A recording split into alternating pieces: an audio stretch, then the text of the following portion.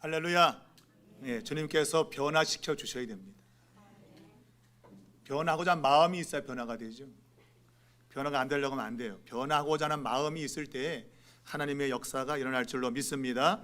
오늘 본문의 말씀 민수기 23장 27절부터 24장 9절까지의 말씀을 가지고 하나님 백성의 미래 막을 수 없습니다 라는 제목으로 말씀을 나누겠습니다. 하나님이 이스라엘 백성들을 애굽에서 탈출시키셨습니다. 노예 생활에서 그들을 건져내어서 약속하신 땅 가나안 땅까지 그들을 인도해 가십니다. 갖가지 능력과 이적으로 그들을 인도해 가십니다. 그러나 이스라엘 백성들의 불순종 때문에 그들은 40년 동안 광야에서 방황하며 죽어갔습니다. 그리고 이제 그 시간이 다 차고 다시 이제 이스라엘 약속하신 가나안 땅으로 이제 진입을 시도하게 됩니다. 그러나 그 길에는 여전히 그들을 가로막고 있는 장애물들이 있었습니다.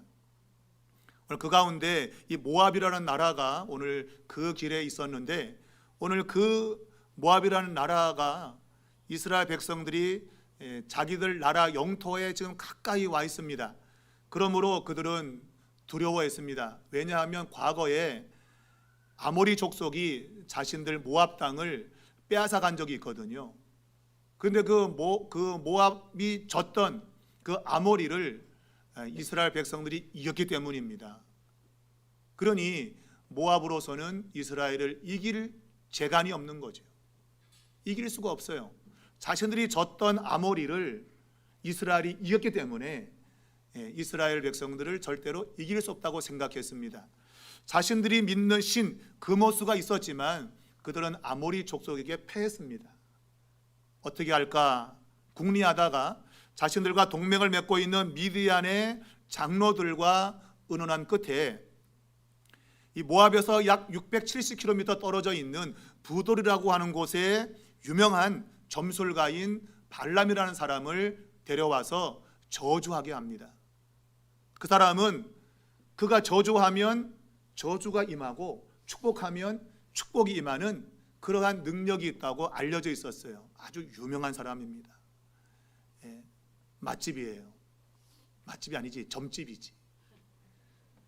그러니까 사람들이 참 그 사람을 그렇게 찾는데 오늘 이 모압 왕도 그를 데리고 와서 이스라엘을 저주하면 우리가 이스라엘을 이길 수 있다고 생각한 겁니다.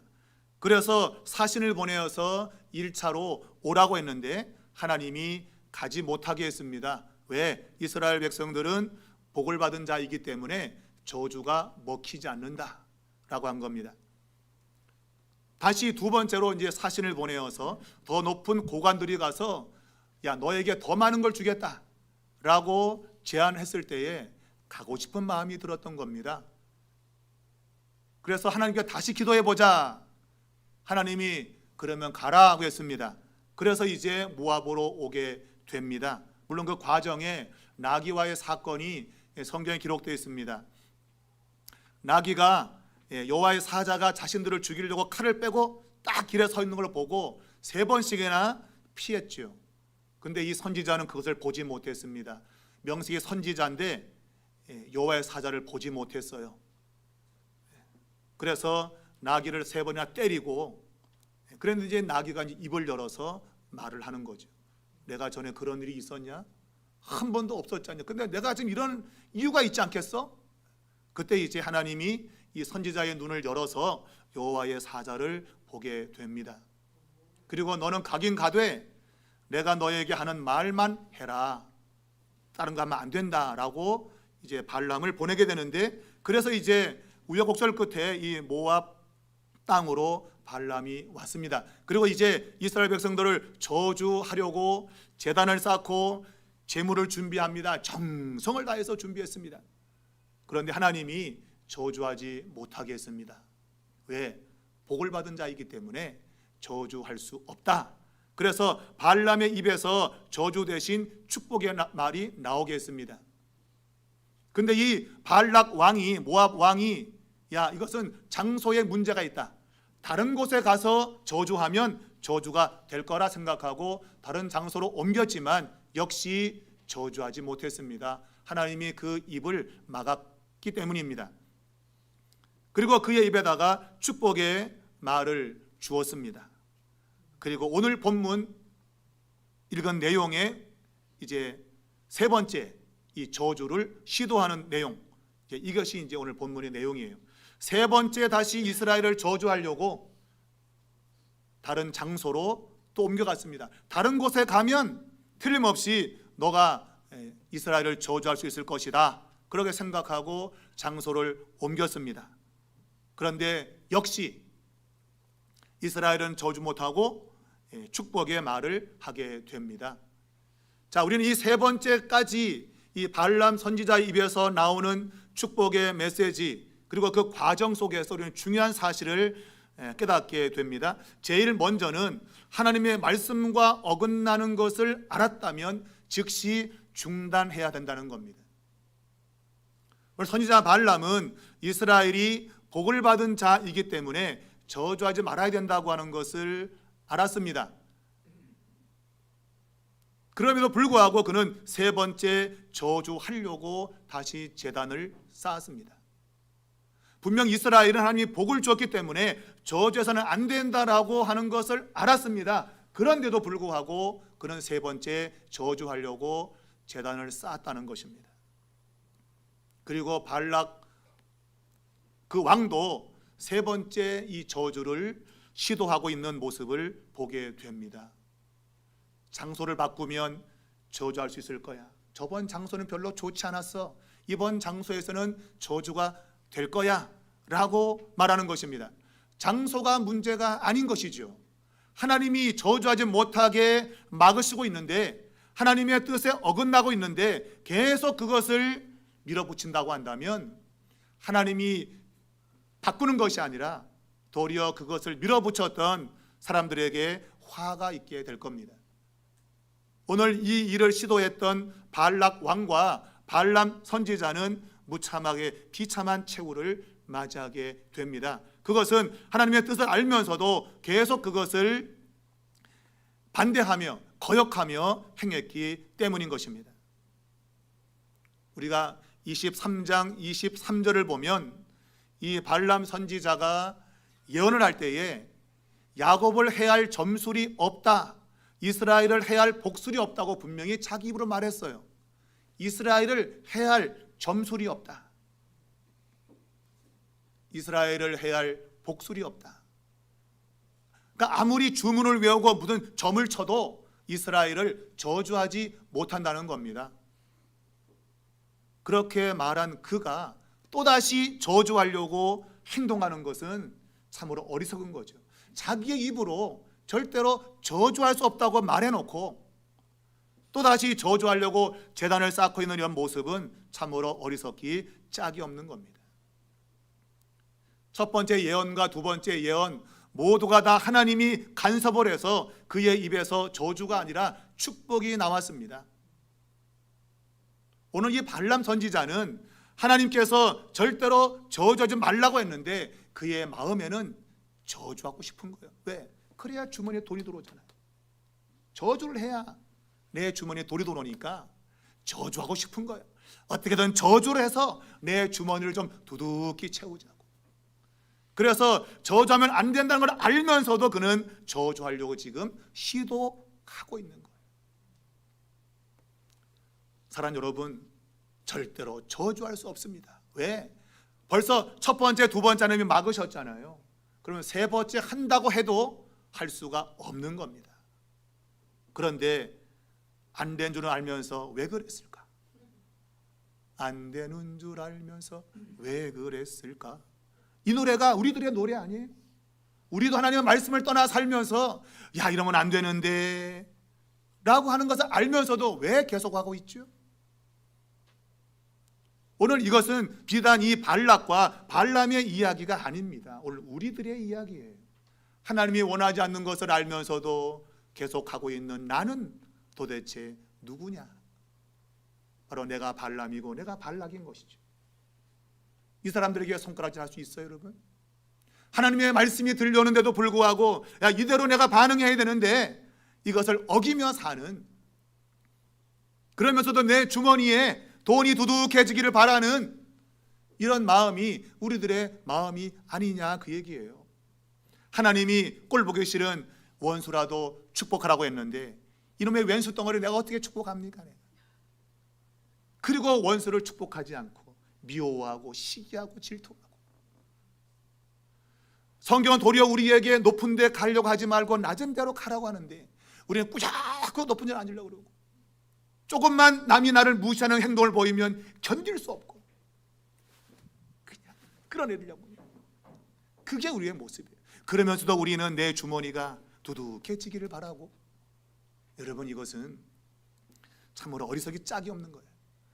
안 되는 줄 알면서 왜 그랬을까? 오늘 우리가 지속적으로 하나님의 말씀을 거부하고 산다면 그 마지막은 비참한 결과를 거둘 수밖에 없습니다. 반드시 후회한 날이 옵니다. 우리가 10번 찍어 안 넘어가는 나무 없다, 그런 것을 여기에 적용하면 안 돼요. 여러분, 10번 찍어 안 되는 거 없다, 그래 2번 실패해서 3번 4번 계속 저주하자, 안 되는 거예요. 여러분, 그건 1000번 10,000번 찍어도 안 되는 겁니다. 여러분, 그런 곳에 여러분 좀 찍지 말고, 험한 곳에 찍지 말고 여러분 하나님의 약속의 말씀에 찍으셔야지. 야, 저 가나안 땅에 올라가라, 실패했냐? 또 올라가 봐, 뭐 이래야지. 그런 건 찍지 않고 하나님 말씀을 벗어나는 건 잘 찍어. 잘못 적용하면 안 된다고 하는 거예요. 바르게 적용하셔야죠. 하나님 말씀에 내가 좀 10번 찍고 1000번 10,000번을 찍어야 되는데, 믿음으로 찍어야 되는데 그건 안 찍고 하나님이 싫어하는 것, 하나님의 말씀에 벗어난 것, 그건 계속 하려고 그러고. 여러분, 하나님 말씀에 어긋난 것이 알아졌으면 즉시 중단해야 됩니다. 그것만 여러분 사는 길이에요. 여러분, 간곡히 부탁합니다. 하나님의 축복의 기본 원칙, 하나님 말씀에 순종하는 것 절대 여러분 잊어버리면 안 됩니다. 내가 잘못되게 사는 것 깨달아지면 즉시 중단하십시오. 그것이 사는 길이다. 두 번째는 하나님께 집중할 때에 분별력이 분명해진다고 하는 것입니다. 발람이 3번째 예언할 때 이 상황은 2번째까지의 상황과 다릅니다. 좀 달라요, 모습이. 왜냐하면 2번째 제단을 쌓고, 그러니까 2번째까지는 제단을 쌓은 후에 다른 곳에 혼자 갔다고 돼 있어요. 거기서 막 점수를 했던 것 같아요. 왜냐하면 오늘 이 본문에 나오지만 발람이 이전과 같이 점수를 쓰지 않았다고 돼 있어요. 그러니까 3번째 예언할 때는 점수를 안 쓴 겁니다. 그러니까 앞에 2번은 제단을 쌓고 그다 쌓아놓고 혼자 저기 가가지고 랄랄랄랄랄랄랄랄랄랄 하고 점수를 쓴 거예요. 점수를. 그 점수는 분명 이스라엘을 저주하려는 점수였을 거예요. 왜냐하면 아까 말한 대로 야곱을 해야 할 점술이 없고 이스라엘을 해야 할 복술이 없다고 돼 있지 않습니까?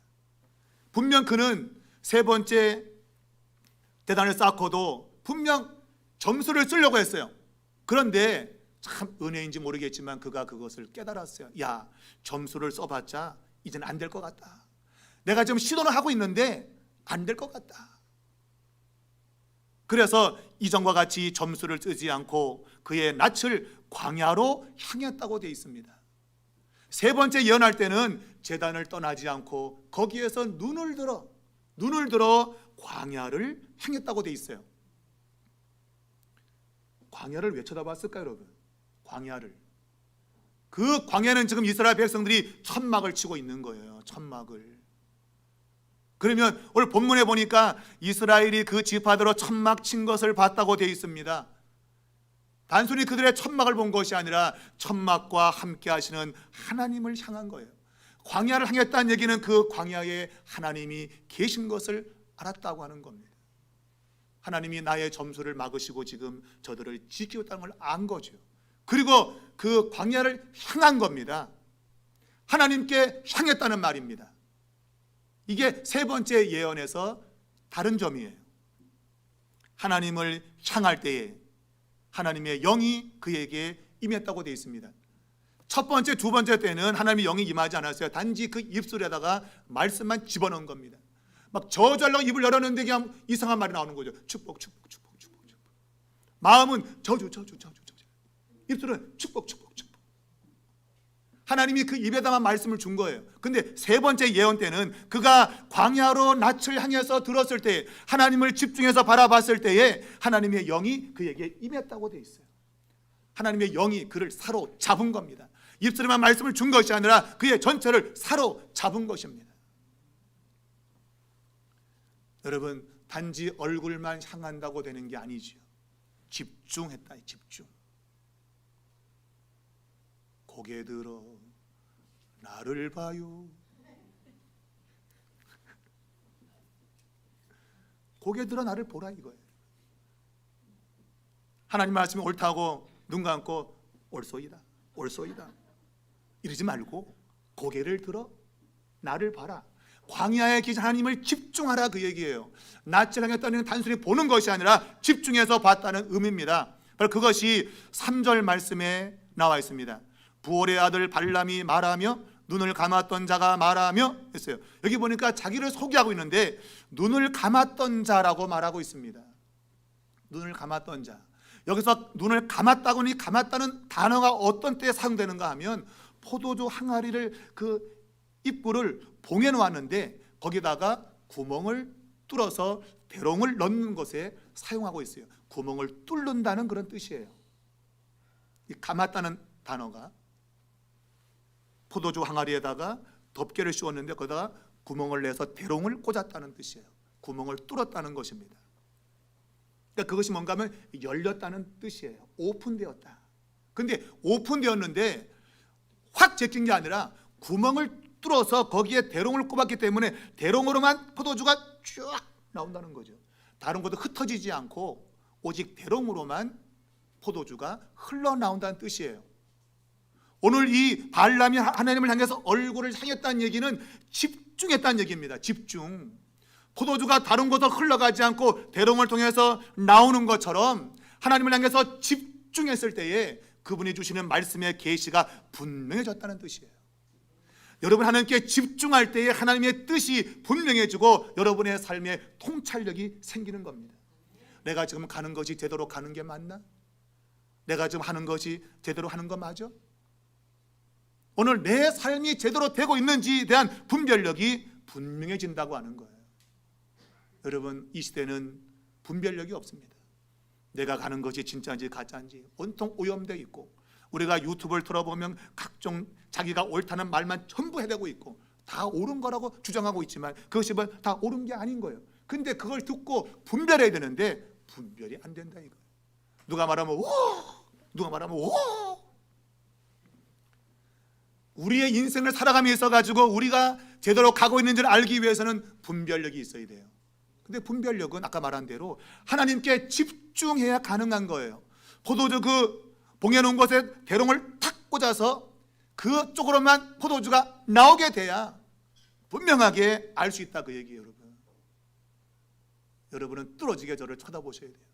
제가 낯이 뜨거울 정도로 저를 뚫어지게 봐야 돼요. 저를 뚫어지게 봐야 되는데 전부 다 옳소, 옳소, 아멘, 할렐루야. 물론 그것도 은혜지만 여러분, 물론 그것도 은혜지만 그러나 고개를 들어서 뚫어지게 하나님을 향하여 봐야 돼요. 마치 목마른 사슴이 시냇물을 갈망하듯이 그러한 심정으로 뚫어지게 하나님을 향할 때에 하나님의 은혜가 내게 주어지고 통찰력이 생기고 분별력이 생기고 어디로 가야 될지 뭘 해야 될지가 분명해진다, 그런 얘기입니다. 여러분, 여러분은 분별력이 좀 있으셔요? 할렐루야.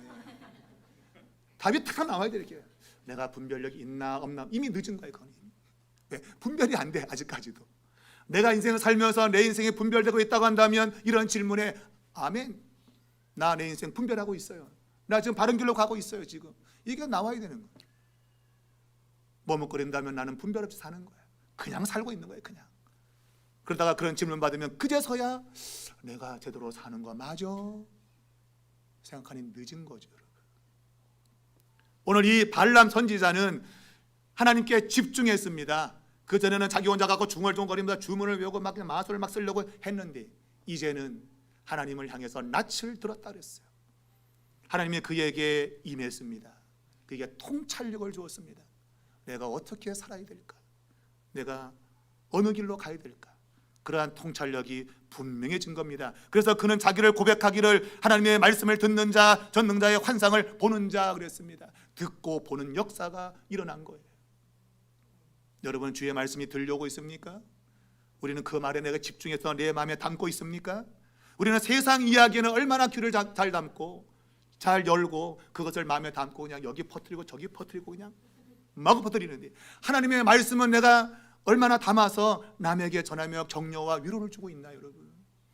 내가 집중할 때 하나님의 말씀이 내게 담겨지게 되는데, 마치 대롱으로 포도주가 흐르듯이 내게 하나님 은혜가 내게 오게 될 텐데, 그게 있어야 내가 남에게 전할 거 아닙니까? 당신만 내가 보니까 참 이게 지금 이런 문제가 있어. 그러나 이렇게 해봐. 그런 조언도 줄 수 있는 거예요. 하나님 말씀으로 그를 격려해주고 위로해 줄 수 있는 거예요. 여러분이 그 정도까지는 돼야지.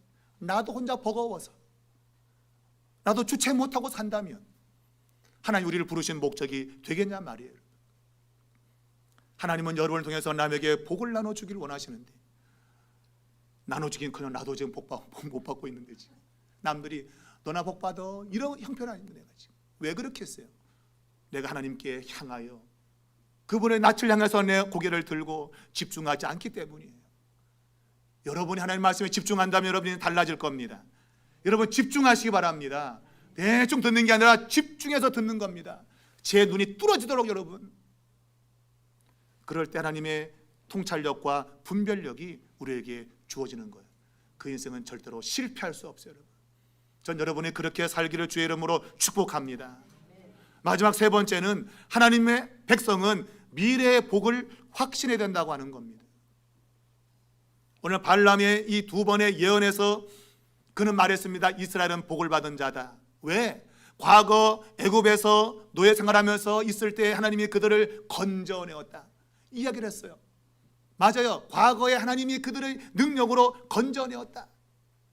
그러니 그들은 복을 받은 자다 그랬습니다. 그런데 세 번째 예언 속에는 과거의 이야기가 아니라 미래의 이야기를 하고 있는 거예요. 오늘 많은 사람들이 과거에 매여 삽니다. 아, 그때가 좋았어. 그때가 좋았어. 그러면 그때로 돌아가면 되겠어요, 여러분? 여러분이 지금 현재 하나님의 역사도 경험하지 못하면서 단순히 과거로만 가면 영광이 나오나요, 여러분? 오늘 내가 하나님의 영광을 경험하고 그렇게 사는 사람만이 과거로 가도 영광을 경험할 수 있는 거예요. 오늘 내가 영광을 경험하지 못하면서 단지 과거만 그리하고 있다고 한다면 그것은 허상에 불과한 겁니다.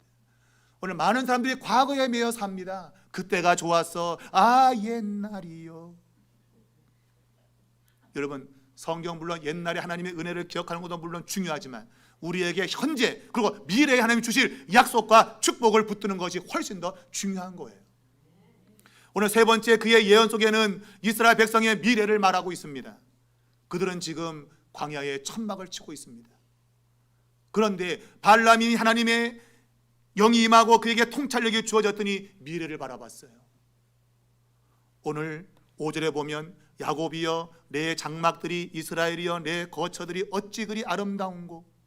장막들과 거처는 지금 그들이 모압 광야에서 천막을 치고 있는 모습이 아닙니다. 그가 보았던 장막과 거처는 가나안 땅, 약속의 땅에서 장막을 치고 번영하고 있는 모습을 본 거예요. 여러분, 그는 현재 천막을 보고 있지만 그의 눈에는 미래가 보이고 있는 거예요. 오늘 우리는 눈에 보이는 대로 반응하잖아요. 에이, 이 못난 새끼야. 네 아버지 그러니까 너도 그랬지. 나가 죽어. 뭘 나가 죽어? 나가 죽기는 여러분. 나가 살라 그래야지. 야, 너는 지금 상황이 이렇지만 내가 보면 너는 잘 될 것 같아. 넌 잘 될 것 같아. 발람에게 하나님의 통찰력이 임했더니 지금 모압 평지에서 천막을 치고 지금 있는 이스라엘 백성들, 그들이 가나안 땅 들어가서 번성하는 모습이 보였다고 하는 거예요.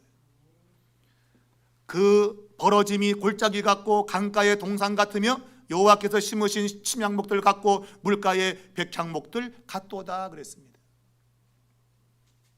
오늘 이것은 모압 평지에 천막을 치는 그들의 모습은 절대 아닙니다. 발람이 보았던 것은 가나안 땅에, 약속의 땅에 들어가서 번영하고 있는 이스라엘 백성들의 모습을 본 거예요. 여기 보니까 물가에 백향목들 같다고 되어 있습니다. 여러분, 백향목은 물가에 심지 않습니다. 이 백향목은 물이 없는 곳에 심어도 쭉쭉쭉쭉 잘 자랍니다. 백향목은. 그런데 그 백향목을 물가에 심으면 어마어마하게 잘 자라는 거죠, 여러분.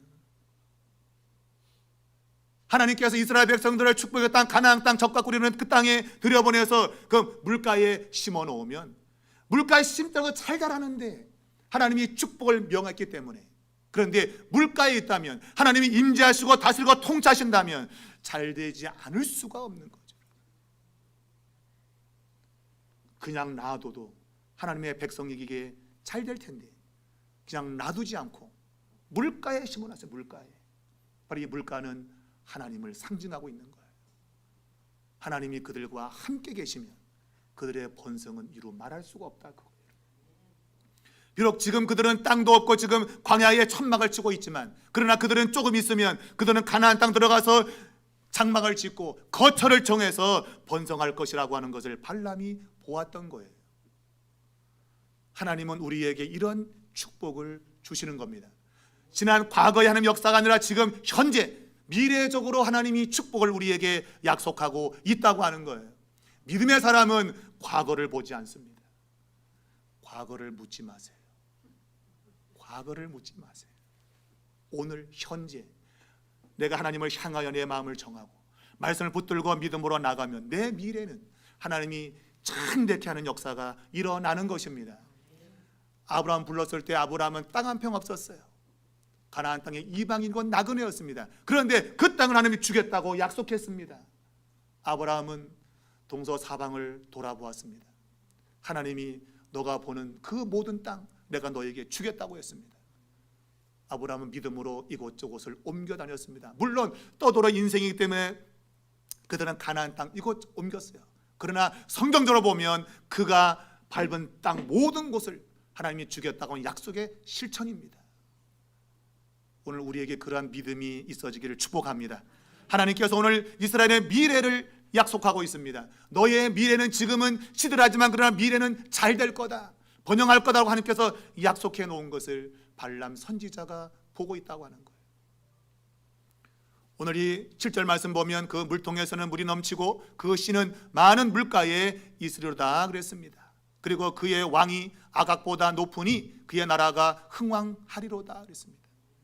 그의 씨는 바로 자손들이겠죠. 자손들이 많은 물가에 있다. 자손들이 번성할 것을 이야기하고 있습니다.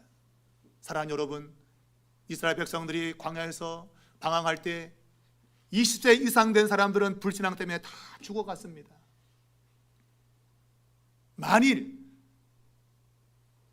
이스라엘 백성 가운데에 출애굽 당시에 한 살이었으면 오늘 이 가나안 땅 지금 다시 들어가는 이때 나이가 40살이 됐어요. 40살. 태어나자마자 그는 고생 광야에 고생을 했어요. 그러면 생각적으로는 내 팔자는 광야에서 고생하다가 죽을 팔자구나, 그렇게 살 수밖에 없어요. 그런데 오늘 성경은 그 씨는 많은 물가에 있을 것이라고 약속해 놓았다고 하는 거예요. 우리는 내 생각을 어떻게 가꾸냐에 따라서 내 미래가 달라지는 겁니다. 나는 날 때보다 난 광야에서 이렇게 고생하도록 난 태어났어. 난 여기서 벗어날 수 없어. 그 인생은 벗어날 수 없어요. 그러나 하나님이 약속한 땅, 그 땅에 나는 들어갈 수 있다고 하신 그 약속을 믿으면 하나님의 축복을 받는 것입니다. 여러분, 그 씨는 많은 물가에 있다고 약속해 주었습니다. 그리고 그의 왕이 아각보다 높다고 했습니다. 지금 이스라엘은 왕이 없습니다. 그러나 아직 왕정 체제가 아닙니다. 광야에서 좀 떠돌이에 불과합니다. 그런데 성경은 그에게서 왕이 나올 것인데 그 왕은 주변 나라의 나라보다도 훨씬 더 힘 있는 왕이고 그 나라는 흥왕할 거라고 했습니다. 왕이 없어요. 지금 왕이 태어날 만한 조짐도 안 보여요. 지금 땅도 한 평 없는데. 그런데 하나님은 발람 입을 통해서 너에게서 왕이 날 것이라고 했습니다. 이것이 우리의 믿음입니다. 오늘 우리의 자녀 가운데서 왕이 날 것을 여러분 기대해 보십니까? 야, 너 뭐 되겠냐, 너가? 넌 안 돼. 대부분의 생각이 우리의 생각이에요. 안 된다고 생각해요. 성경에도 보니까 나다나엘이 나사렛에서 메시아를 만났다고 하니까 야 무슨 나사렛에서 선한 것이 나겠니? 이런 촌동네에서 안 된다는 거예요, 여러분. 그러나 하나님은 나사렛 촌동네에서 메시아를 나게 하셨습니다. 바로 우리 예수 그리스도, 우리의 주님이십니다. 여러분, 오늘 성경 이사야 53장 2절에 보면 예수님에 대해서 이렇게 말하고 있습니다. 주 앞에서 자라나기를 연한 순 같고 마른 땅에서 나온 뿌리 같아서 고운 모양도 없고 풍채도 없은즉 우리가 보기에 흠모할 만한 것이 아름다운 것이 하나도 없다. 예수님은 사람들이 보기에 흠모할 만한 것이 하나도 없대요. 마치 마른 땅에서 자라나는 순처럼 말라 삐뚤어진 거죠. 마른 땅에서 나온 게 말라 삐뚤어진 거죠. 그러니 아이고 저게 뭐가 되겠어, 사람들이 그렇게 말한다는 거예요. 그런데 하나님은 그 예수님을 왕이 되게 하셨습니다. 진정한 왕으로, 큰 나무로 모든 사람들이 거기에 깃들이는 그러한 나무가 되게 하셨습니다. 오늘 우리가 어린이 주일을 맞이했는데 우리에게 이러한 사고가 있어야 됩니다. 오늘 내 자식, 우리 교회학교 우리 아이들이 비록 마른 땅에 나는 것처럼 비실비실하지만 그러나 하나님이 오늘 그들을 향해서 하나님께서 번성하는 축복을 약속해 주었으니 야 그대로 될 줄 나는 믿는다, 너는 크게 될 거다, 이런 말을 해줘야죠. 여러분, 해주어야죠. 하나님 그러라고 우리를 이 자리에 있게 한 겁니다. 근데 우리는 그런 말보다는 너는 안 돼, 아이고 야 교회 가지 마, 교회 간다고 밥이나 떡이나. 하나님께서 축복하신 것들을 믿고 여러분 아이들을 교회학교 보내셔야 됩니다. 그리고 그들을 축복하셔야 됩니다. 그러면 하나님께서 그들을 왕으로 세울 수 있어요. 이 세상을 움직일 만한 그러한 왕이 되게 하십니다. 우리는 그러한 믿음을 가져야 돼요. 성경이 이미 그렇게 말하고 있단 말이에요. 예수님을 그렇게 역사하셨고 이스라엘을 그렇게 사용하셨습니다. 하나님은 우리 교회학교를 사랑하시고 축복하실 줄로 믿습니다. 하나님은 여러분의 가정의 자녀들을 축복하실 줄로 믿습니다. 단순히 어린이 주일하고 그냥 지나가지 마시고 한마디 하십시오. 집에 가셔서 야! 내가 오늘 말씀 들었는데 말이야, 너 잘 될 거야, 잘 될 거야 너. 그러면 여러분 반드시 그 말대로 됩니다. 여러분 교회학교 보내는 아이들 축복하십시오. 야, 너 우리 교회학교 잘 되는 주인공이다, 너에게 소망이 있다, 할렐루야. 좀 그렇게 해보세요 여러분. 아이고 돈도 안 드는데 돈 주고 애들 사 먹이면서 그냥 해도 시원찮은데 이런 말도 못해요 여러분.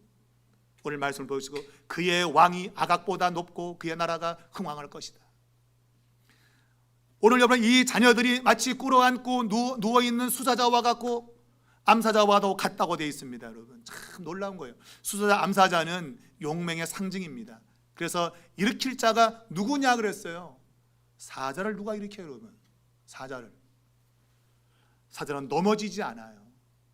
사자는 용맹의 왕입니다. 오늘 우리 아이들 약한 것 같지만 절대로 망하지 않을 겁니다. 하나님이 그들을 축복하실 겁니다. 그들을 일으켜 세울 자가 없습니다. 왜? 넘어지지 않기 때문이에요. 여러분 볼 때는 얘가 공부도 못해, 아유 왜 이렇게 생겼어, 아유. 그러나 하나님이 그들을 축복하시는데 누가 막을 수 있겠습니까? 여러분이 그들을 축복한다면 그 축복이 그대로 이루어질 줄로 믿습니다. 저도 우리 3.1교회를 위해서 축복하며 기도하고 있습니다. 하나님 이 3.1교회를 하나님께 부흥케 시켜주고 하나님 역사를 나타내 달라고, 그래서 우리 후대가 영광을 누리게 달라고 기도하고 있습니다. 여러분 그 기도 그대로 될 줄로 확신합니다. 하나님 말씀은 변함이 없기 때문입니다.